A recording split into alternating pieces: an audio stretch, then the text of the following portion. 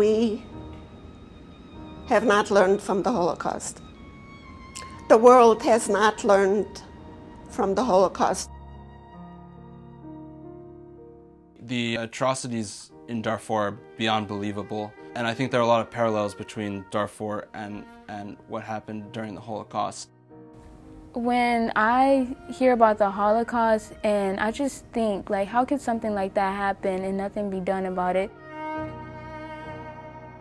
To ignore the past, you are doomed to repeat it.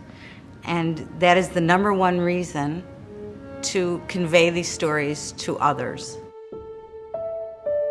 It's most important not to forget the story of the survivors. My name is Janine Overrothman, and this is my story. My Holocaust started with the Germans coming in.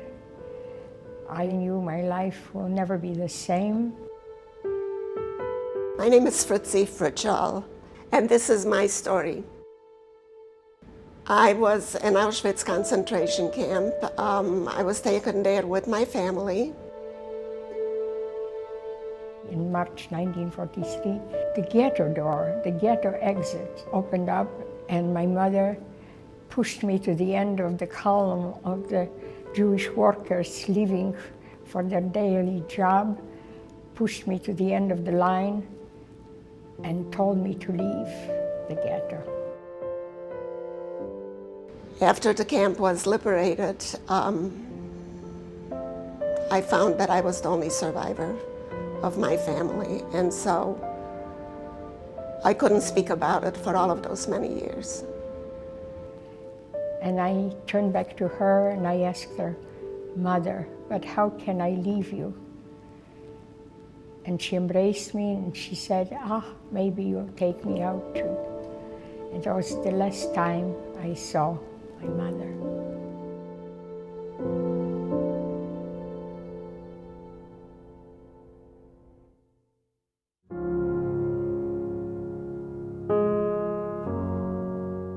My parents, both survivors of the Holocaust, came to this country, met here, married in 1952.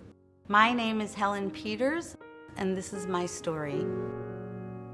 My parents would occasionally speak to us about the Holocaust, but not very often. I actually have had interviewed my dad over the telephone, and he dictated. I would ask him questions and I would type them up.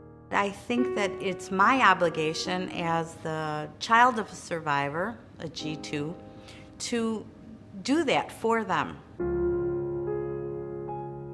Unfortunately, both my parents are gone now, and it's extremely important for me to make sure that their story is told to anyone who will listen. We survivors are older now. When we're gone, who's going to remember? Who's going to share the story? The Illinois Holocaust Museum and Education Center is this wonderful, wonderful institution. This building, this institution, helps us teach and remember the history. It's my history, it's our history. And you know what? It's also your history. It's not just my family's history, it's history of the world.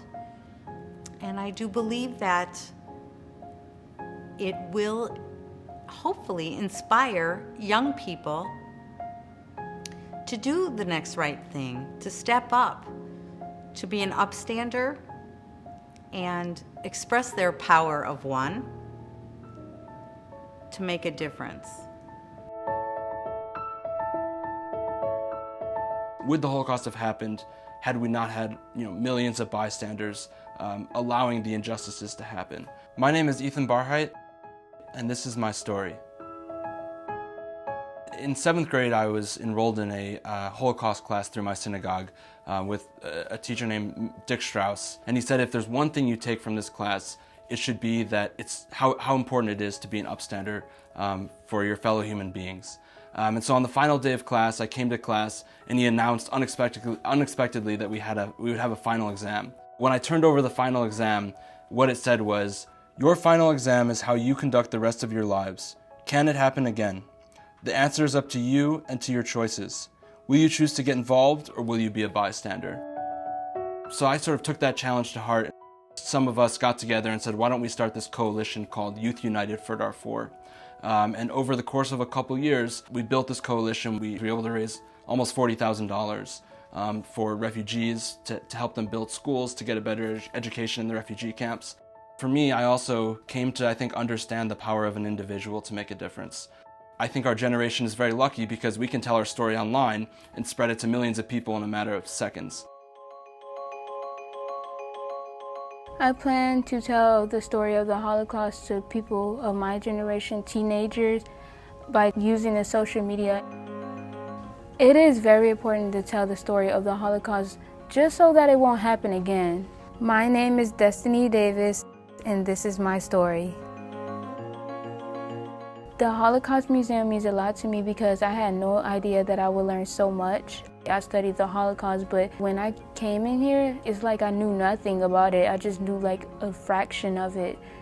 And it opened my eyes to bigger things. The power of one to me is how an individual can change others' lives and make a difference in other people's lives. I know that I have the potential to make an impact in the world because one voice can make a huge difference. I wouldn't be here today if there weren't people that had the power of one.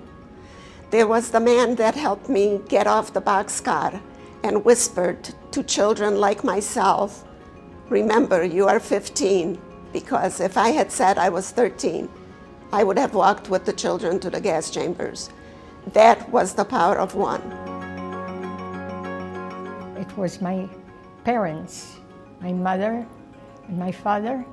My mother who gave me my second life by pushing me out of the ghetto. It is to them that I owe my life.